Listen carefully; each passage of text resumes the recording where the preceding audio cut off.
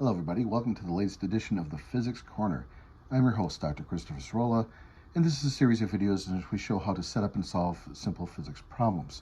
Today we're taking a look at a practical application of Faraday's law, specifically Faraday's law being a change of magnetic flux. And it's kind of a clever way of doing things. So let's imagine the following situation. A hospital has a patient lying in a bed, and the patient is having some issues regarding their breathing. And so the hospital wants to set up a remote system which they can monitor the breathing of the patient.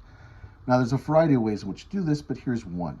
Let's imagine I take a flexible set of cables or coils and wind them around the patient's chest so that as the patient breathes, the coils will flex in and out to go with the breathing of the patient. And the equipment will be able to keep track of the time and more carefully will measure a voltage that's generated by this process. How's the voltage generated? Well, the Earth itself has a magnetic field.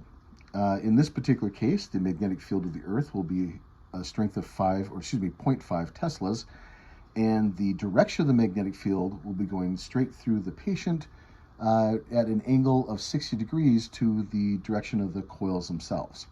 So, with that in mind, the patient will breathe in and out in such a way as to change the area from about 0.125 square meters to 0.1326 meters. So there's a slight increase in the area that the coil says. Now, notice we're not worried about the volume. That's a different question to answer about the patient's breathing. So how much air the patient is actually taking in, that's a separate thing.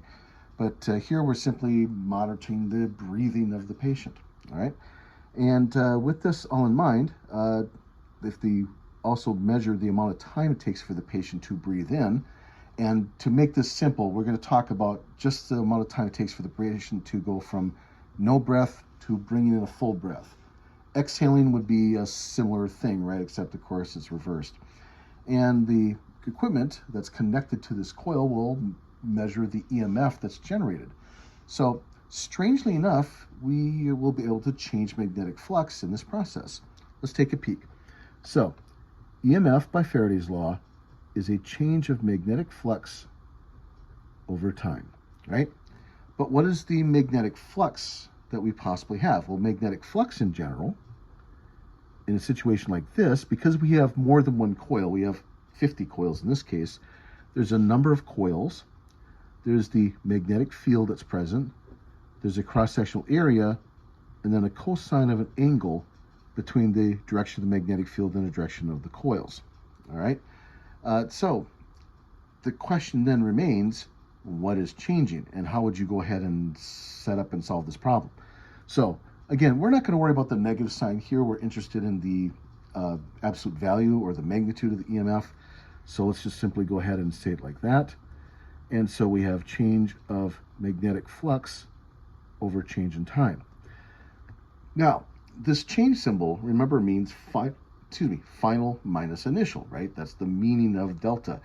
That meaning has not changed, and pun, of course, very much intended. The meaning of delta has not changed since the very beginnings of your physics classes. It means final minus initial of whatever quantity it is you're measuring. That's what we have here. So let's do this. Let's put the delta in front of the magnetic flux. So NBA cosine theta, like that. Delta T. So it's legit to write it this way. It's perfectly fine. Because if we look at this carefully, some of these things don't change, right? There's no way or point at which the number of coils changes. That's a set thing. The magnetic field of the Earth is certainly a constant, and so is the angle here. Which means, mathematically, we could simply just pull them out, if you will, in front of that. And the thing that is changing is the area of the flexible coils because of the patient's breathing. All right? So this delta of the magnetic flux here, this change of magnetic flux, can ultimately be ascribed to a change of area. Which is to say, there are several things that are happening from magnetic flux, right? There's a magnetic field, there's a cross-sectional area, there's an angle between those two, and if you have multiple turns of wire, you have an end for that. Any one of those four items could potentially change in a problem. Usually, because we like to keep things simple, we try to just change one thing at a time, right? And that's what we're doing here. But any of those four things are possible changes. And so when you're doing problems and you're doing something besides flexible hospital coils, you might find that, it's the magnetic field that changes, or it's the angle that changes, right? So it doesn't have to be one thing only, but all it takes is one of these items to change. Okay. In this case, it's the area. So let's put in our numbers. So N is 50. The magnetic field strength is 0.5 teslas. Cosine of 60 degrees. Change of area. Now what's change of area? Well, the final area is 0.1326 square meters. The initial area is 0.1250 square meters, like that. Okay. And the change of time was given as half a second. So 0.5 seconds, that way. All right. So with that in mind, let's do some calculating. Notice, by the way, this 0.5 can cancel out this 0.5 if you wish. And cosine of 60 degrees is also by chance in this case, 0.5. Do some calculating. As usual, when you calculate, subtract these first. That'd be your first step, and then work with the rest of it. And in the end, you'd come up with an answer of 0.19 volts.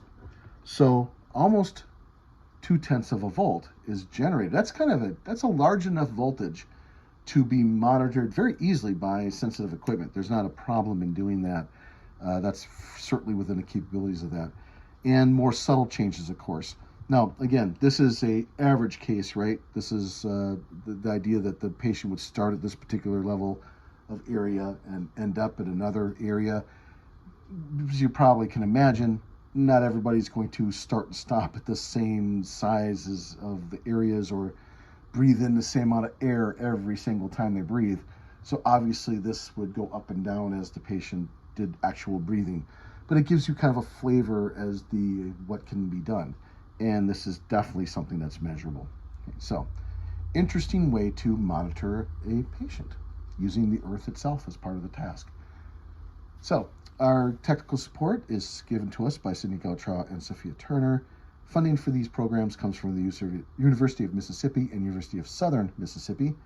I am your host, Dr. Christopher Cirola, recording from Hattiesburg, Mississippi, thanking everybody for your attention and clear skies.